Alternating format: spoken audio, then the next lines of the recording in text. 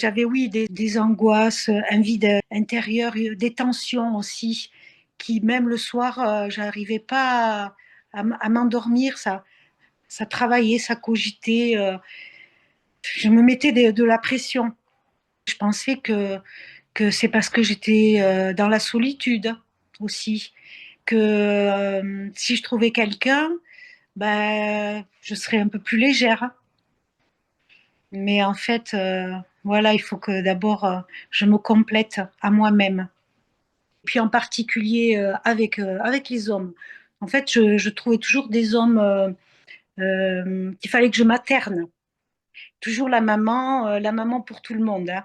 C'était plus fort que moi, mais je le comprenais pas. Je pensais que ça faisait partie de moi, de mon caractère, que j'avais bon cœur en fait. Voilà, c'est surtout ça. Et puis avec les constellations, ben, j'ai compris que non, que c'était pas du tout ça. Il fallait pas que je, que je porte, enfin, que c'était pas normal de porter autant. Ça va beaucoup mieux parce qu'en fait, je comprends mieux mon histoire. Rien que le manque déjà. Au niveau du manque, j'avais cette angoisse aussi de toujours avoir peur de manquer. Et ben là, je me sens plus légère. Ah oui, ça va beaucoup mieux, hein.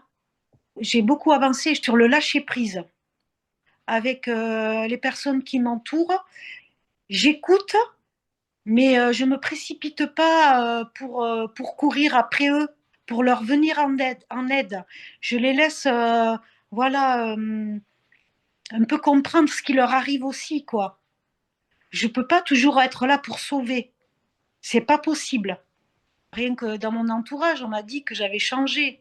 J'ai eu un flash. Pour moi, c'est mon arrière-grand-mère qui était là et qui pleurait, qui criait, qui disait que la vie, elle était dure. Alors, je ne sais pas ce qu'elle traversait. Et j'ai eu cette douleur qui est passée. Pour moi, les constellations familiales, ça a été une libération. Vraiment, hein. On comprend mieux qui on est.